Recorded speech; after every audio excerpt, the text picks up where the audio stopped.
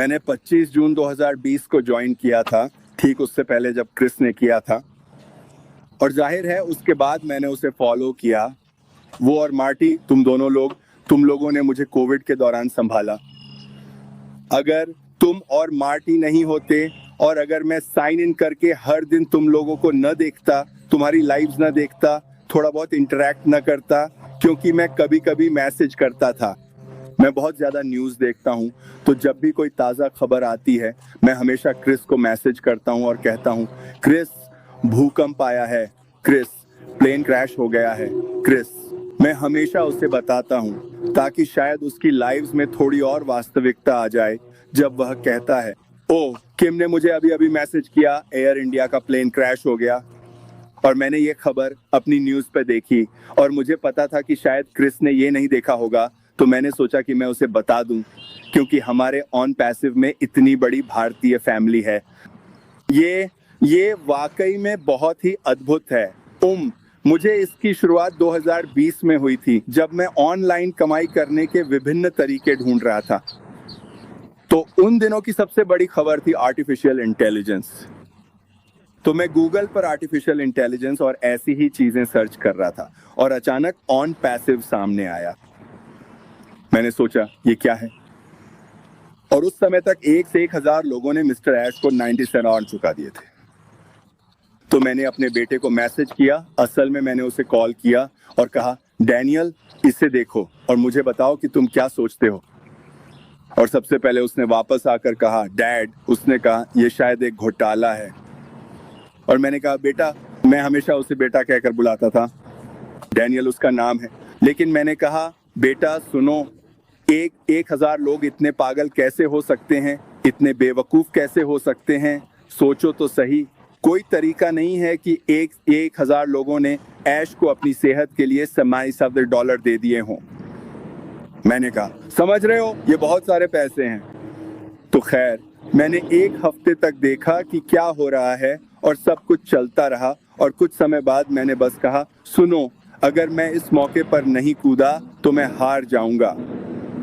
तो मैंने 25 जून को ऑन पैसिव ज्वाइन किया। यहाँ मेरा 5वां साल पूरा होने वाला है और मैंने पूरी तरह से इसमें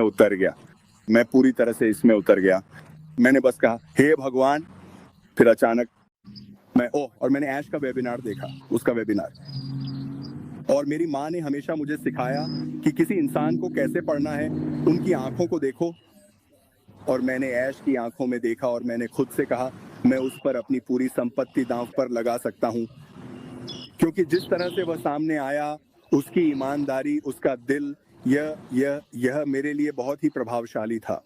और मुझे पता है कि मेरी माँ ऊपर स्वर्ग में बैठी मुझ पर नजर डाल रही होंगी और कह रही होंगी, तुम मुझे लगता है कि तुमने अच्छा किया किम। तो मैंने पूरी तरह से इसमें अपना सब कुछ लगा दिया। फिर यह सिलसिला चलता ही गया। मैंने सारे वेबिनार देखे और उनमें से एक बात जो उन्होंने कही थी, और 3 और यह फ्री है, ये उनकी एक छोटी सी उनकी पसंदीदा कहावतों में से एक थी। तो मैंने अपने परिवार से बात की और जाहिर है, नहीं नहीं नहीं नहीं नहीं नहीं नहीं।